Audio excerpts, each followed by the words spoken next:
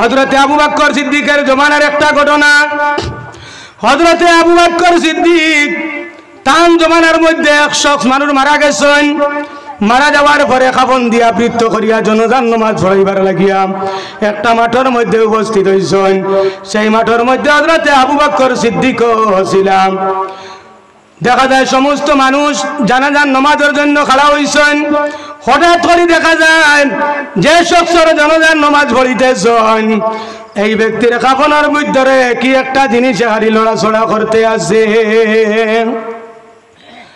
সাহাবায়ে কেরাম ওগলে কইলাম, হে আবু বকর, এই ব্যক্তির কাফনের মধ্যে কি একটা জিনিস লড়াছড়া করে, যদি অনুমতি দেও তাহলে কাফন খুলিয়ে আমরা দেখি লাইতাম এই ব্যক্তির কাফনের ভিতরে কি জিনিস ঢুকিয়া পড়ছে।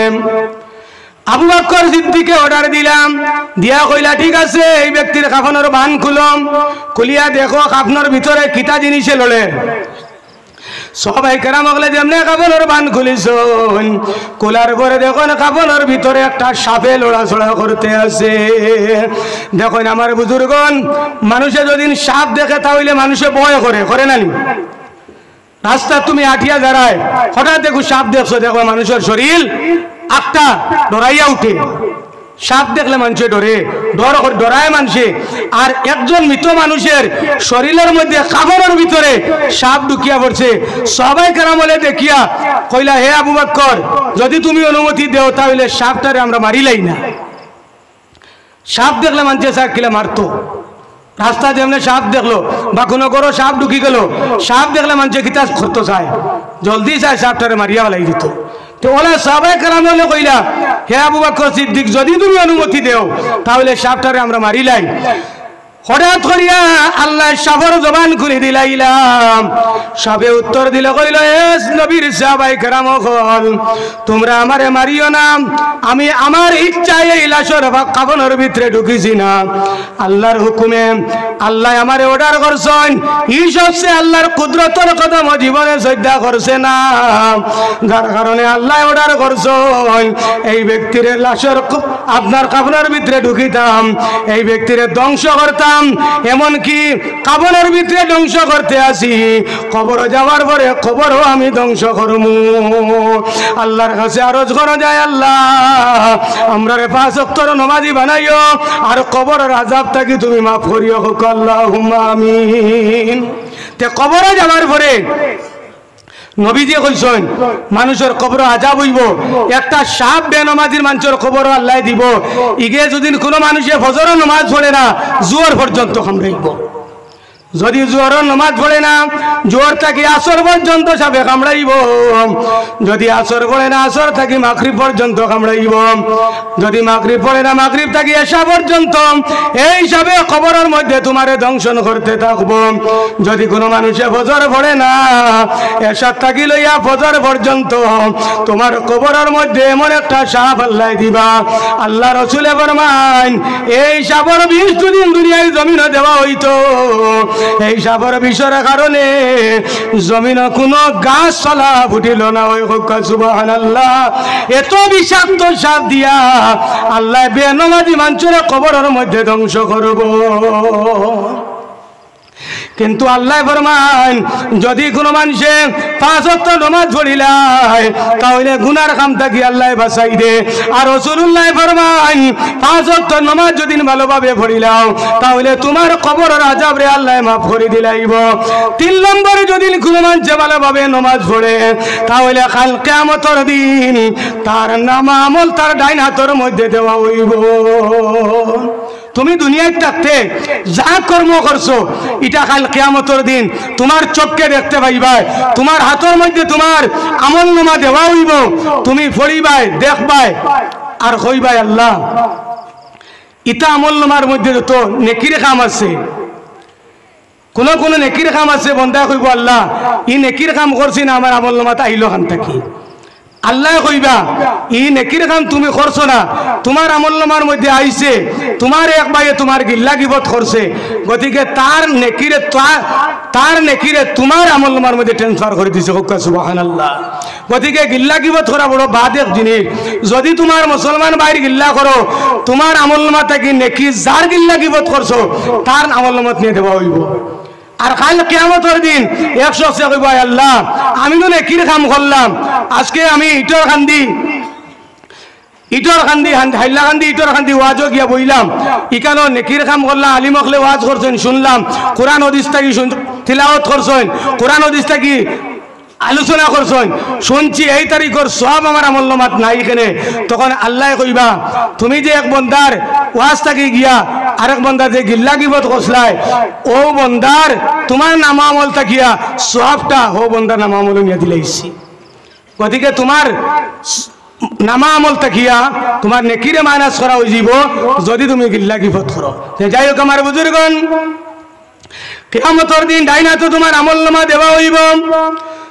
যদি কোনো মানুষের বাম হাতের মধ্যে আমলনামা দেওয়া হয়ে যায়, তাহলে তুমি জানিয়ে তোমার জন্য দুজক ছাড়া আর কোনো গতি হবে না। আল্লাহর কাছে দোয়া করো, যায় আল্লাহ কাল কিয়ামতের দিন আমরার আমলনামাটা তুমি আমরা ডাইন হাতের মধ্যে দিও, হোক আল্লাহুম্মা আমিন। আল্লাহ রাসূলে ফরমায় যে 5 ওয়াক্ত নামাজ ভালোভাবে আদায় করব তার আমলনামা কাল কিয়ামতের দিন ডাইন হাতের মধ্যে দেওয়া হইব। এরপরে আমার বুজুর্গণ 4 নম্বরে তারে আরো একটা পুরস্কার দেওয়া হইব। কাল কিয়ামতের দিন ফুলসিরাতর ফুল যেই সময় বার হইব, কোন মানুষ ফুলসিরাতর ফুল পার হওয়া ব্যতীত জান্নাত যাওয়া সম্ভব হবে না। দুজখের উপরে একটা ফুল থাকবো, সেটার নাম হইয়া থাকলো ফুলসিরাত। এটা প্রত্যেক মানুষে গুনাহগার মানুষে সেই ফুলসিরাত ফাড়ি দিতে লাগবো, নেককার মানুষে ফুলসিরাত ফাড়ি দিতে লাগবো। কিন্তু নেককার মানুষ ফুলসিরাতের ফুল ওলা বিদ্যুৎ গতে ফাড়ি দিব। আসমানের তরফ যেভাবে দে সেকেন্ডের মধ্যে তরফটা নিভিয়া যায়, এইভাবে সেকেন্ডের মধ্যে ফুলসিরাত নমাজি মানছে নেককার মানুষ বারো হইয়া যাইব, বুঝবাই তো নাই। সুবহানাল্লাহ। আর গুনাহগার মানুষে এ দেখবো ফুলসিরাত ওলা বারিক একটা রাস্তা, মাথার চুল থাকি আরো বারিক একটা রাস্তা।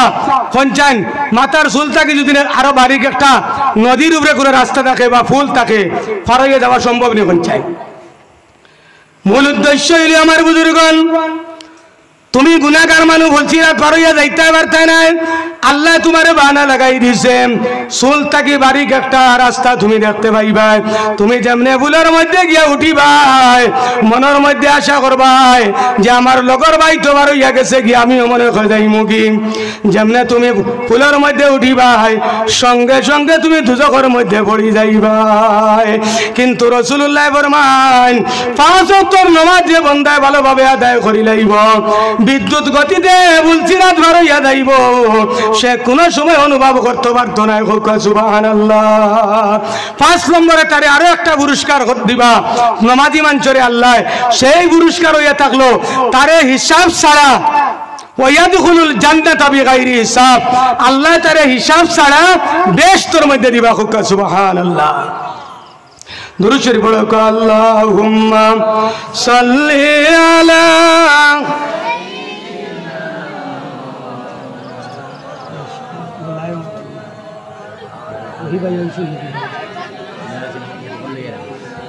মাওলানা মুহাম্মদ। আল্লাহুম্মা সাল্লি আলা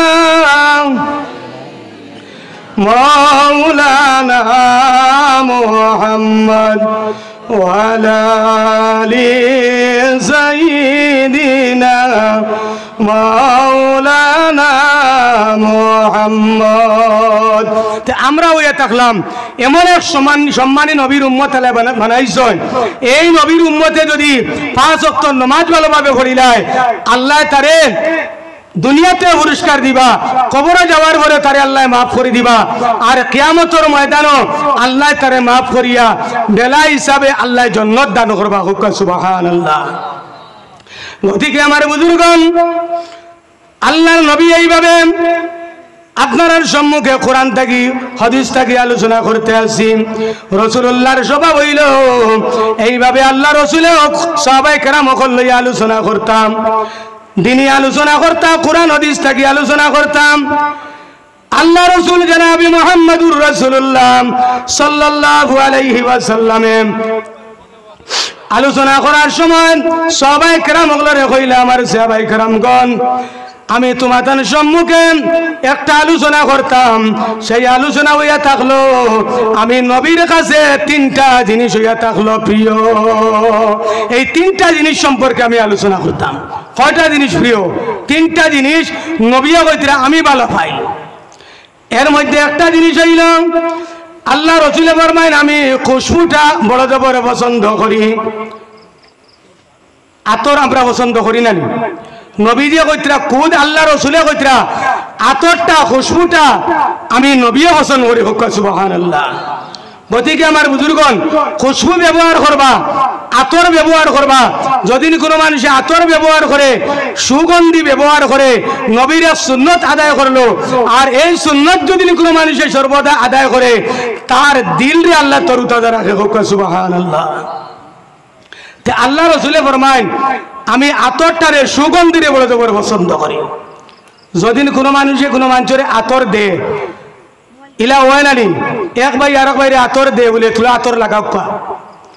এইভাবে যদি কোনো মুমিনে, কোনো মুসলমানে এক ভাই আর এক ভাইরে যদি আতর দে, তাহলে তুমি আতরটা কিভাবে গ্রহণ করতে হয়? দুরূদ শরীফ পড়ি পড়ি তুমি হাতর তালুর মধ্যে, হাতর গাত্তার মধ্যে লাগাইয়া ও তুমি তোমার শরীরে লাগাইতে। কিন্তু আমরা আতর উল্টা সাইডে লাগাই দিই। আমরা আতর উল্টা সাইডে লাগাই না। আল্লাহ রাসূলে সর্বদা আতর লাগাইছেন আতর গাথার মধ্যে, কিন্তু আমরা আতর লাগাই আতর উল্টা। এটা কিন্তু নিয়ম নাই। রাসূলের সুন্নতির তরিকা হইল আতর তুমি গাথার মধ্যে লাগাইতে, শরীরে লাগাইতে। আল্লাহ রাসূলে আতর গাথার মধ্যে আতর লাগাইতা কোন গরিব, এরপরে কোনো আপনার এতিম বাচ্চার মাথার মধ্যে হাত দিতা, দিলে এই বাচ্চা যে রাস্তা বাই আঠিয়া যাইতো, সাহাবায়ে কেরাম হলে নবীজির সুগন্ধর মানে গন্ধ ভাবার পরে বুঝি লাইতা পারতা যে এই এতিম বাচ্চার মাথাত রাসূলুল্লাহ হাত দিছেন। সুবহানাল্লাহ। গতিকে আতর ব্যবহার করতে হাতর সামনা দিয়া আতর যে তালু আপনার গাঁথা যেগুলো আছে ওই গাঁথার মধ্যে আপনারা আতর লাগাইয়া শরীরে লাগাইবা। এটা হইতে হলো নবীজির সুন্নাত। আর দুরূদ শরীফ পড়িবা। আর কোন কোন মানুষ আছেন দেখবা আতর সুগন্ধি একেবারে বালা পাই না, ইলা আসেন না, আতর দিলে কইবা না বা এটা আমি বালা পাই না, ইলা আসুন আপনারা ইটা পাই নাই। এটা হাজারে একজন মানুষ আশা করে তারা পাওয়া যাইব যে সুগন্ধিরে পছন্দ করে না। ইনো একটা জিনিস ঘটনা কইতাম থাইয়ার, আল্লাহর এক বন্দায় আতর কোনো সময় বালা পাইতো না, সুগন্ধি তার নাকে জারে না,